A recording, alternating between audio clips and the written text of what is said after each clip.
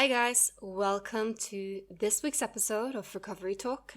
So in this week's episode, I want to discuss something that seemed to be a very common theme for recoverers, and that is when the people around them don't quite get their way of recovering and sometimes will even take the side of the eating disorder. This can be family, friends, partners, colleagues, it can be medical practitioners.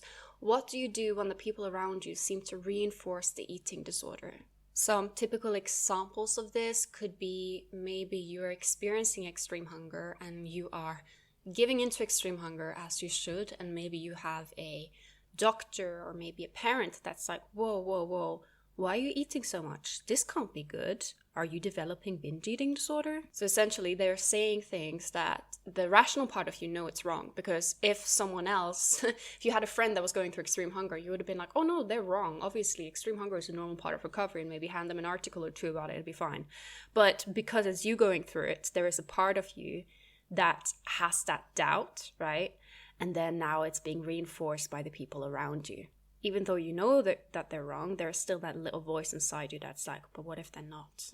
Or you may be someone in a bigger body who has found that your disordered behaviors have been not only normalized, but maybe even applauded, right? And you know that they are mentally and physically damaging, and you are choosing the path of recovery, and you're noticing that maybe your doctor or the people around you don't quite seem to get it or even support it.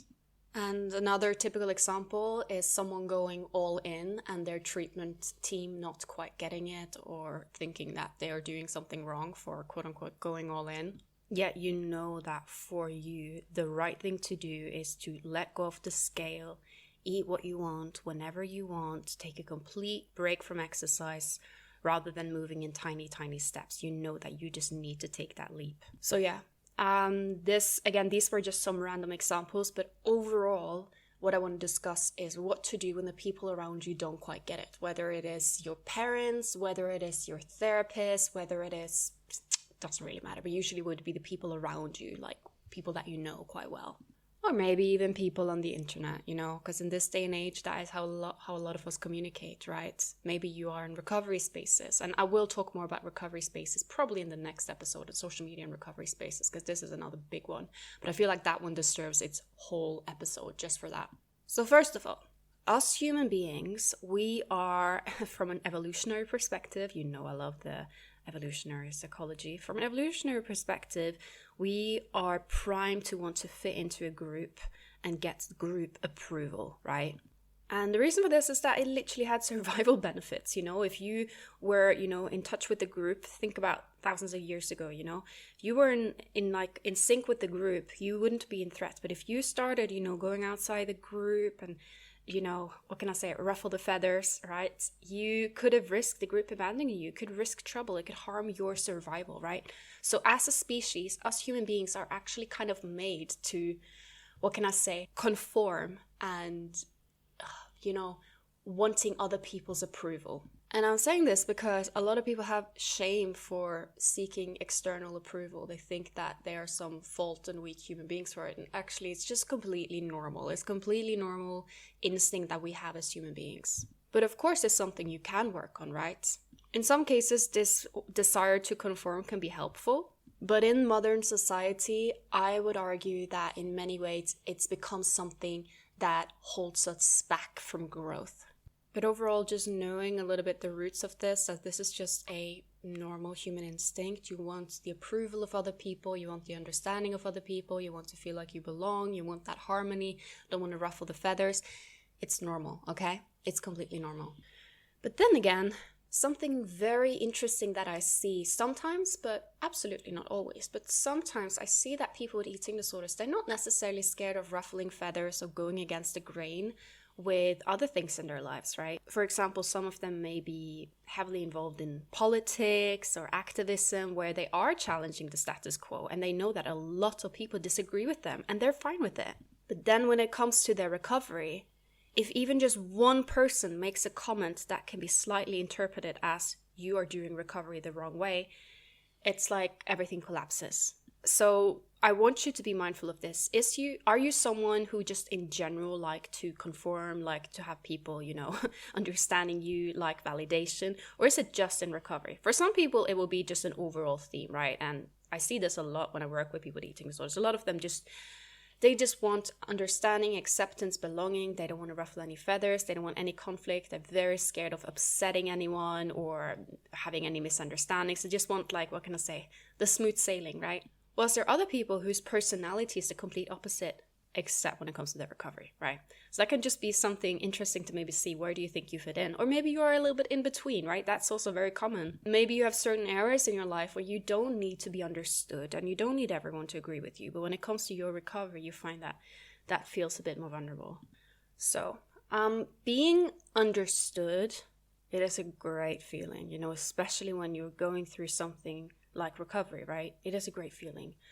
But how can you expect someone to understand something that they have no experience or really any what can I say, any grasp on, right? How can you expect other people to understand eating disorders if they have not been through it, they've not necessarily done the reading, right? And I know some of you now are going to think, yeah, but what about my treatment practitioner who knows what eating disorders is? This person said, oh, don't gain too much weight. And here's the very unfortunate truth. There are a lot of people in the field of treating eating disorders that are heavily invested in diet culture themselves and that have quite a lot of fat phobia and that follow quite outdated non-scientific approaches. This does not mean that everyone in the field is like that, because there are some amazing people. Trust me, I work with them, because I work with clients, I often work with the whole team. I work with so many amazing people in the treatment team, so I don't want to make this seem like I'm demonizing the entire treatment system, right? But I do think, and this is also what I hear when I talk to other practitioners, the system is a little bit broken. We know, for example, medical doctors usually get very little, sometimes no, information about eating disorders at all. And some therapists are unfortunately trained mainly in theories that I would say are quite outdated. Think about the more like Freudian approaches, seeing eating disorder as some kind of result of bad parenting or some kind of unresolved childhood conflict. Again, this is not to say that things such as conflict with parents or childhood conflicts can't, be a contributing factor in an eating disorder, right? Of course it can, but I think viewing it just through that lens is quite reductive, and unfortunately some therapists do it that way, and it's not really helpful. I'm saying this based on the fact that I've had a lot of clients that have gone to therapy, especially like psychotherapy, and they've just been like, they just want to talk about my childhood. They didn't want to talk about the fact that I'm right now restricting. Maybe we should resolve that. And a metaphor that I often use is that one of a burning house, right? If your house is burning, you take out the goddamn fire.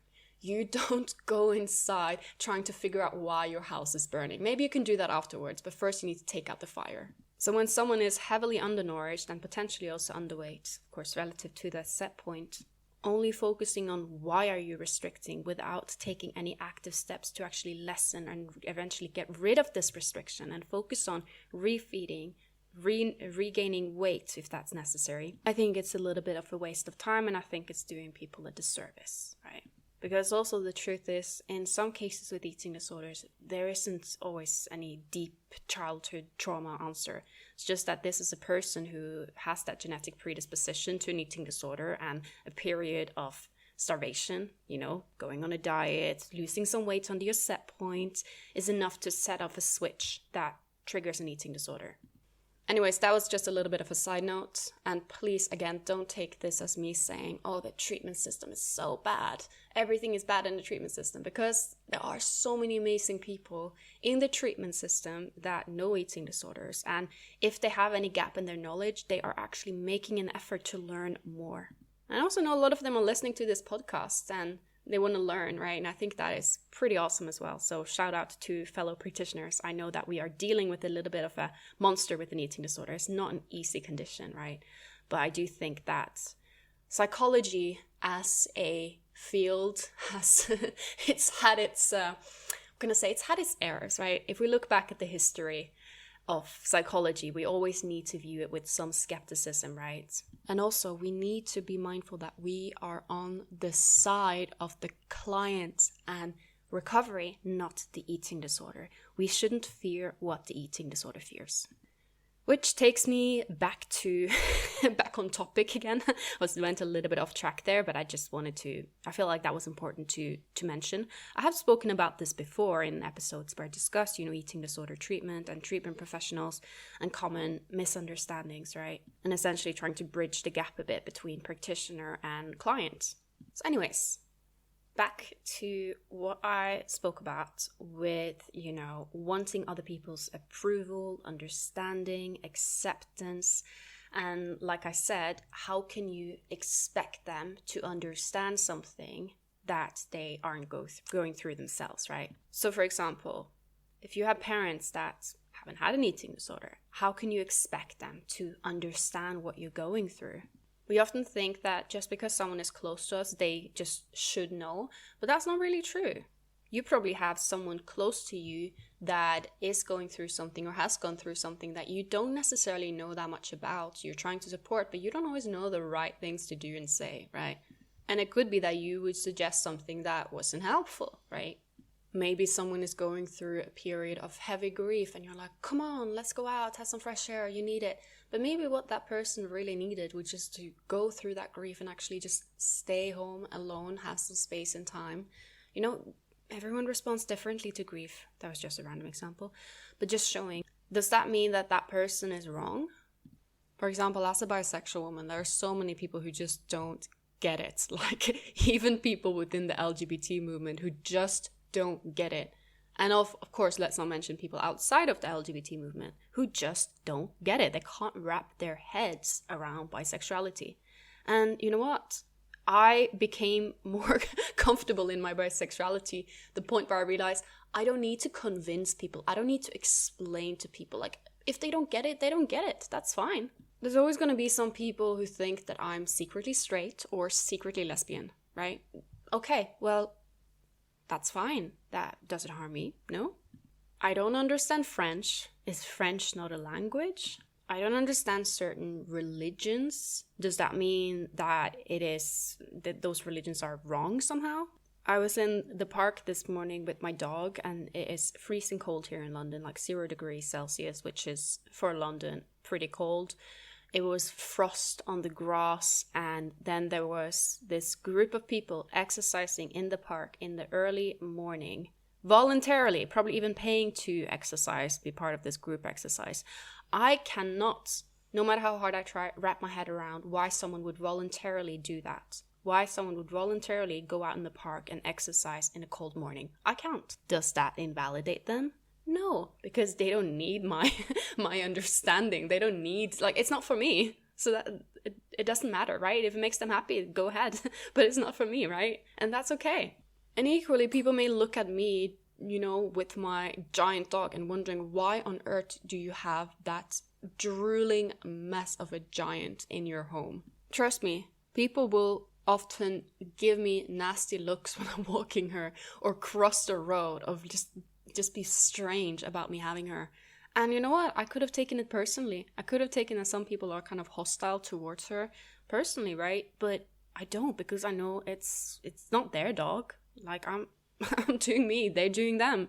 Some people like Chihuahuas, other people like Mastiffs, right? Okay, that was a lot of examples, but I just wanted to share it. So maybe you can also think of some examples from your own life where you don't quite get something, but you still support it and respect it, right? And also, I'm sure that you're not so arrogant that you think that if you don't understand something, it shouldn't exist. The point here was basically just to lessen the importance of needing to understand other people's experiences, right? And not seeing that if someone don't understand or validate or agree with it, it is automatically wrong. So when it comes to eating disorders, right? Remember, we live in a society... We live in a society that is entrenched in diet culture, right? And sometimes I hate saying that because I also feel like people with eating disorders, they sometimes take that and run with it. And they're like, okay, society, diet culture, all around us, everything is diet culture, boom. But that also has a little bit to do with the eating disorder glasses, where they will make it seem like diet culture plays a bigger role than it does. So please don't blow this out of proportions. But what I mean is, It is true that we live in a society that sometimes will like reinforce behaviors such as restrictive behaviors or going to the gym excessively, often also be fat phobic. We know that these things exist. So these are just the messaging we're being painted through society, right? And as people with or with the past of eating disorders, we often have to very consciously unlearn these things.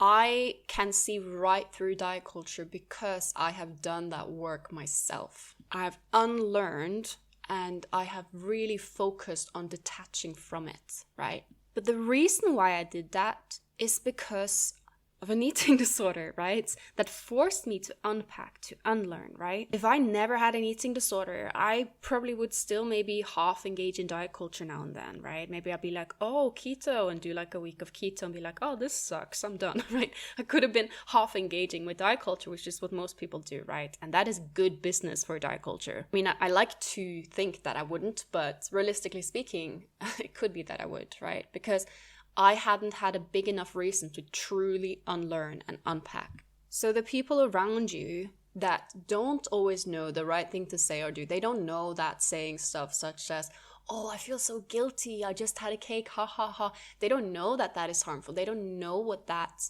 implies, because they have not gotten a good enough reason to truly unlearn diet culture. It's like I probably have many things that I say that if you look at it through a certain lens, you'd be like, oh, can you see what that implies? Of course, I try to be mindful of those things, but it's just kind of the way our society is built. We have certain words that we're using. We have certain, certain things that have become a form of socially acceptable small talk, and one of them is diet culture, right? It's become a very socially acceptable form of small talk, especially I think amongst women, but all genders really, but especially you can see this a lot in groups of women where saying things such as, oh, I've gained so much weight, or oh, I'm so naughty for eating this cake has become quite socially acceptable, right? But what people with eating disorders do wrong here, I guess, or like, not do wrong, but interpret wrong, is that they interpret it as if something is a form of constant small talk, it must be of very, very high importance for the person who are engaging in that small talk. That's not always the case. You hear people small talking about the weather all the time, but they're not all like obsessed with the weather. It's just kind of our social code, right? Here's the thing.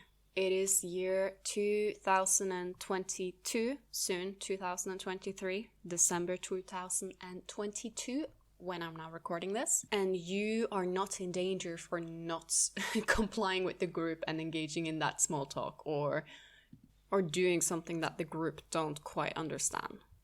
If anything, I would argue right now that the people who dare to go a bit against the group often will be quite respected and be kind of like, oh, interesting. Imagine you are the person in a conversation that doesn't join in on self-flagellation for having eaten something or for having put on weight. Maybe it could be that another person noticed that and they were like, interesting. Maybe I don't have to think that way either. And best of all, you're going to feel good because you're being your authentic self, right? If I were to engage in a diet culture conversation, shaming myself for liking chocolate, I would have felt so inauthentic. It would have felt so wrong. Instead, I would probably say something, you know what? I like chocolate, chocolate is great. What are you guys talking about? And then chances are there also would be people in that conversation who'd be like, oh, thank God, now I feel a bit better as well. So maybe it's not always that the people don't get you. Maybe it's just that people are following their own script that they've been taught. So when the script around you is very diety or just not recovery oriented, right? You can do, like I said, interrupt the conversation. And sometimes that can be really helpful, right? It's something that I do quite confidently. Part of why I'm doing it is because even if it were to go wrong, or even if it were to come counter arguments, I wouldn't care, right? The problem is, if you look at me 10 years ago, oh, Jesus Christ, it's been a long time. 10 years ago, yeah, almost 9 years ago, since when I started my own recovery.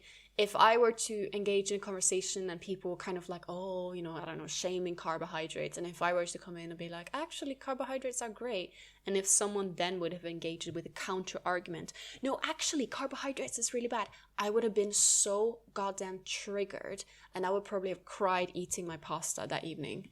This is why when it comes to challenging this kind of dieting small talk. Be a bit mindful of how it will affect you, right?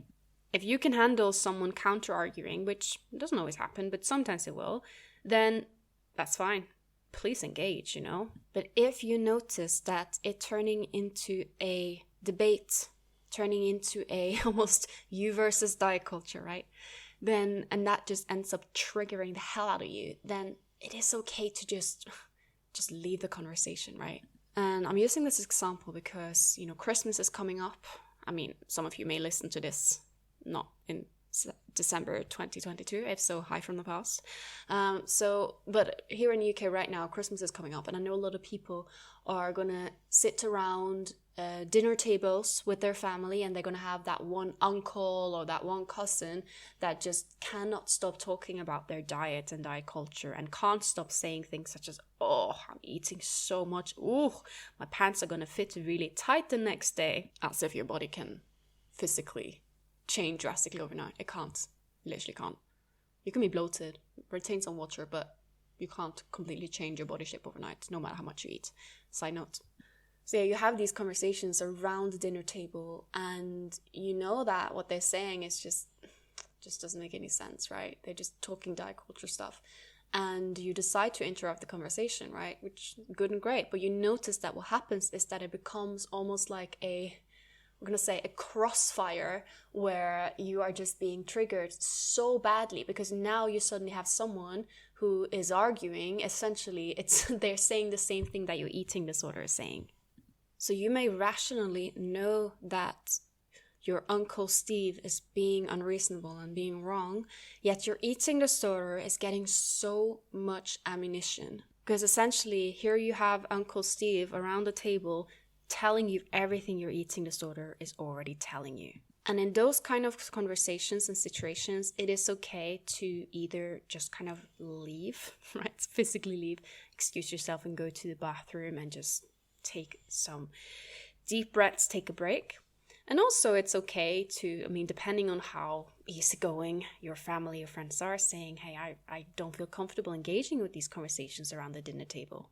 Maybe even getting your mom to call up her brother Steve and be like, hey, before you come for Christmas dinner, so my child is having some difficulties with food, so it'd be really good if we could keep diet conversations off the table. Will everyone listen to that and respect that? No, absolutely not. But some people will, right? And that's why I'm putting it out there. Sometimes it is literally just a miscommunication where someone does not know that what they're saying is in any way harmful. And here's the thing. The people around you don't necessarily need to understand exactly why what they're saying is harmful or, damaging to you in order to respect your boundary of them not to do it.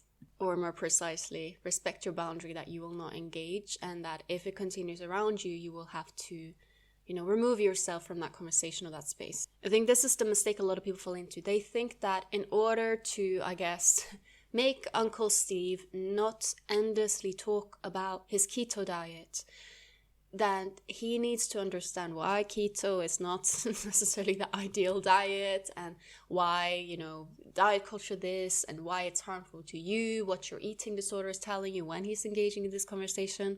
But that's not the case, because that is something that will take Steve a long time to learn, right? Actually, Steve don't even need to understand. Steve don't need to understand your perspective and how it feels for you and why it's harmful, right? All he needs to understand is your fair boundary of please don't do it, right? And that if he keeps doing it, you will enforce the boundary by having to leave the table, having to leave the room, right? You don't need to make it an argument. You don't need to make it a you versus Steve, right? Because I think this is where a lot of people also go wrong.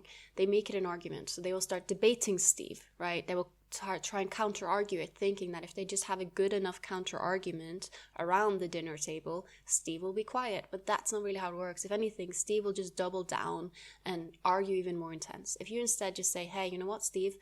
You're allowed your opinions, perspectives, experience. You're allowed to, diet however you want to do.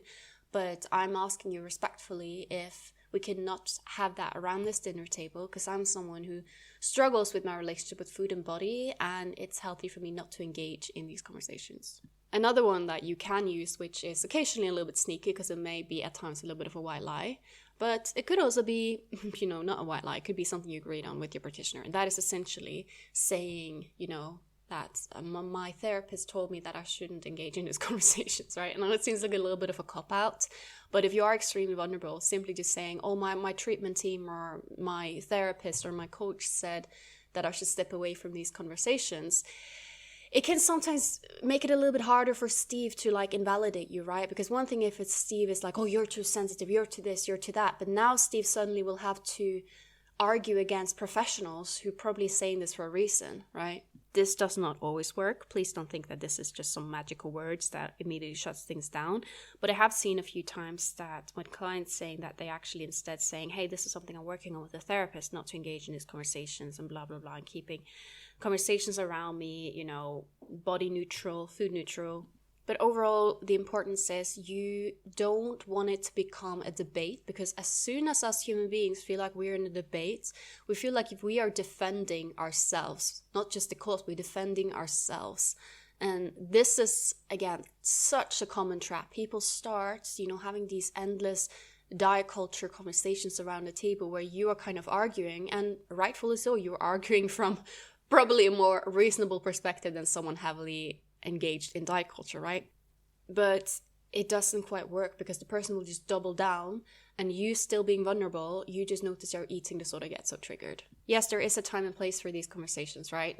Now I'm very happily to, not my favorite activity, but I'm very happily if there was someone who wanted to, debate diet culture, I'm very happy and comfortable in that conversation, because I know that my own recovery wouldn't be under threat. My recovery has been so long-term, it's been so strong that it takes more than Steve's keto diet for me to lose that, right? Other people don't need to understand your recovery or understand your way of recovering in order for it to be valid and the right thing to do for you. I don't understand how some people recover from alcoholism by finding Jesus, but I'm happy for them. If it works for them, then that's awesome. And people who are recovering from alcoholism through finding Jesus, they don't need to justify themselves to me.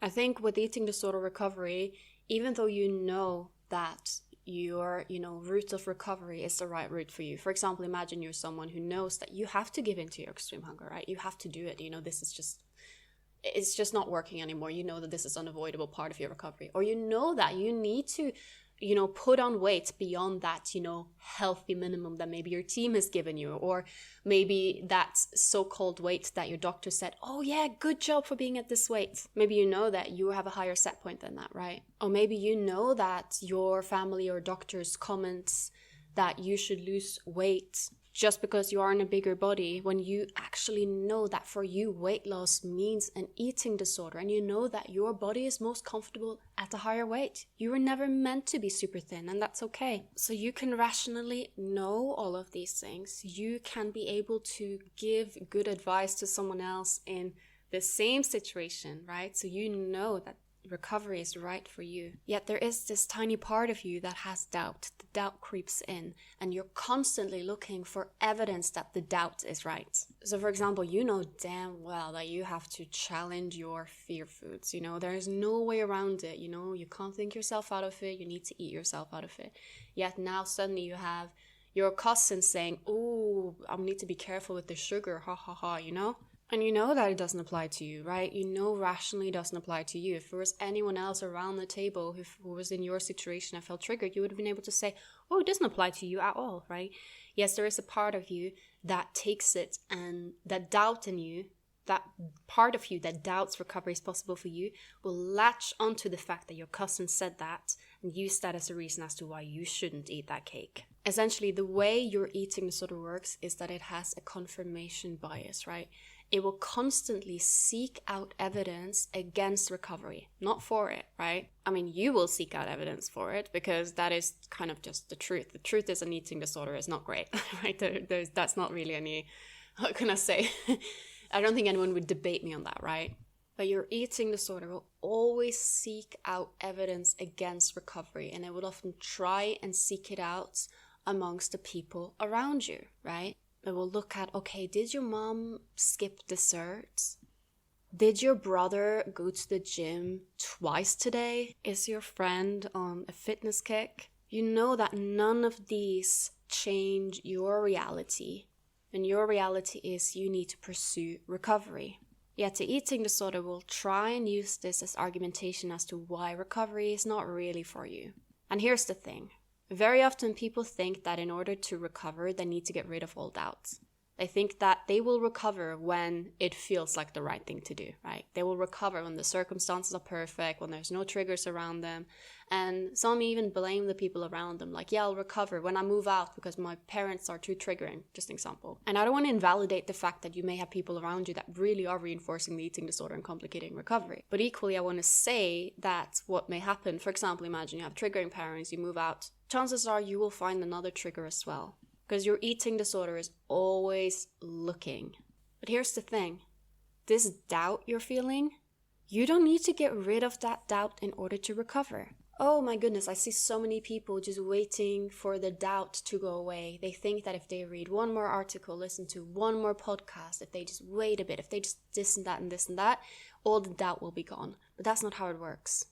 Things such as, I guess, reading that book, reading that article, listening to that podcast episode might ease the guilt in the moment, but chances are it will come creeping back again. So instead of thinking about endless strategies to convince yourself of recovery or to completely let go of the doubt, instead think determination. And I can do this with the doubt, right? I don't need to 100% trust this process in order to do it. Think of it as an experiment. You're kind of like, you know what?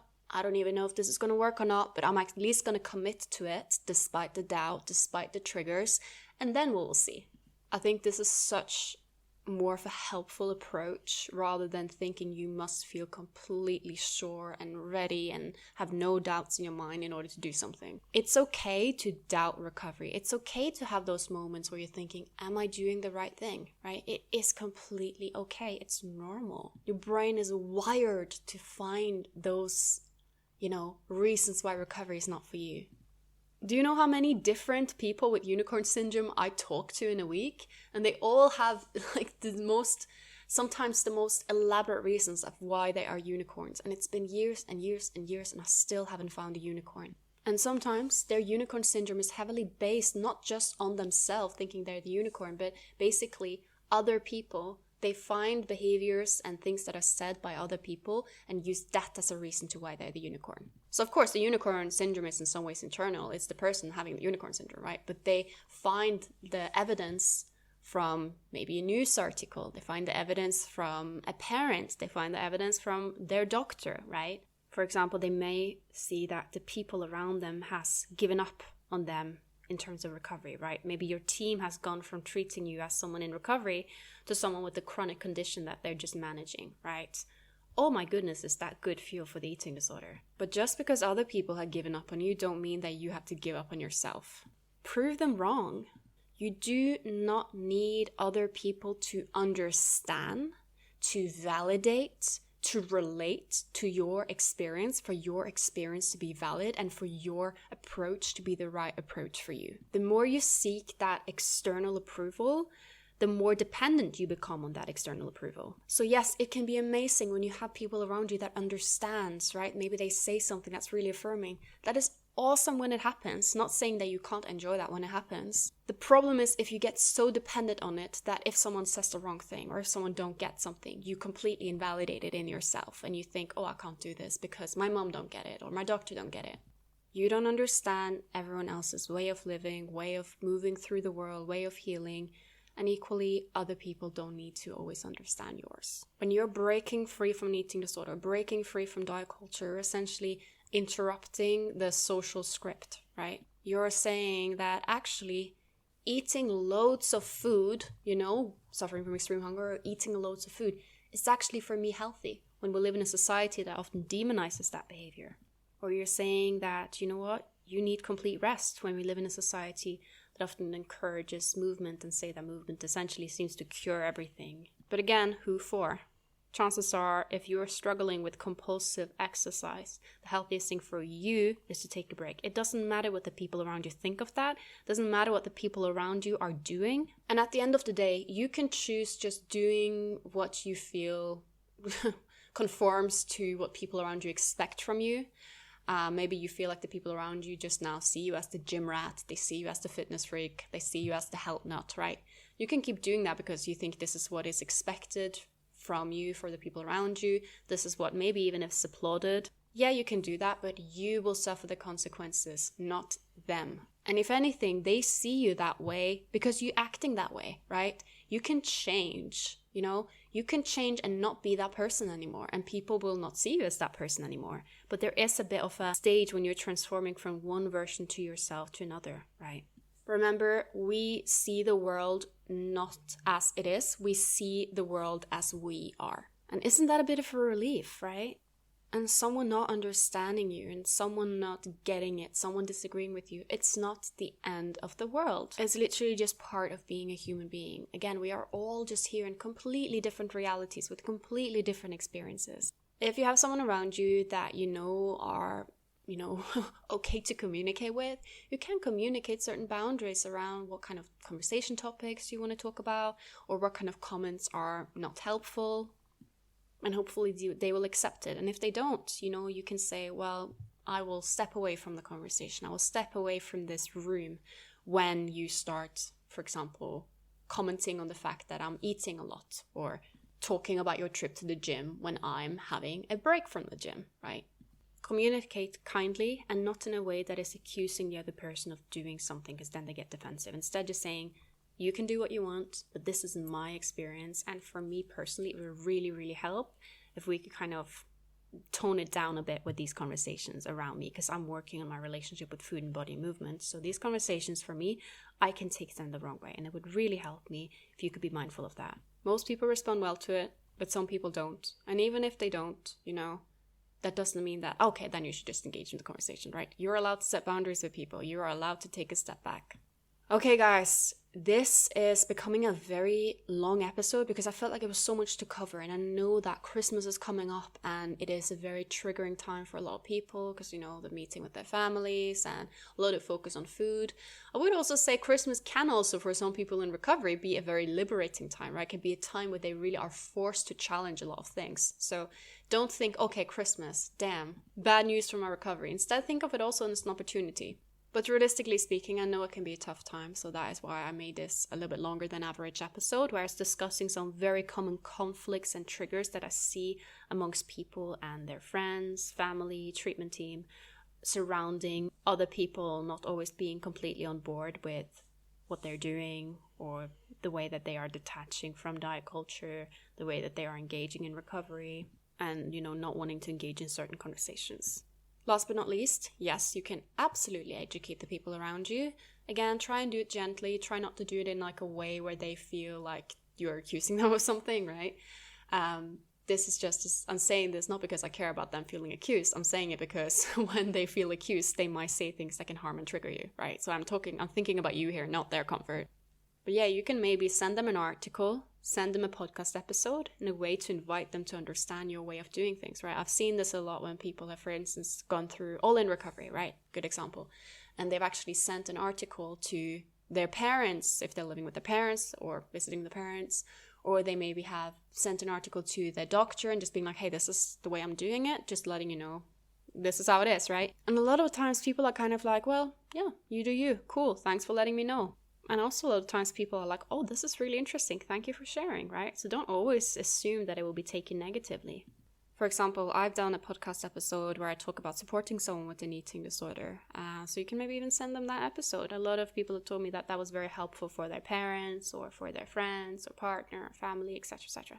Anyways, guys, I hope you are having a lovely holiday season, and I look forward to seeing you guys next week. Podcast episodes are going as normal this Christmas. I am not really celebrating much because I have my dog, so I can't really go to Norway and see my family. So I will be working a lot, and yeah, I hope you guys are having a nice time, and I'll see you guys next week.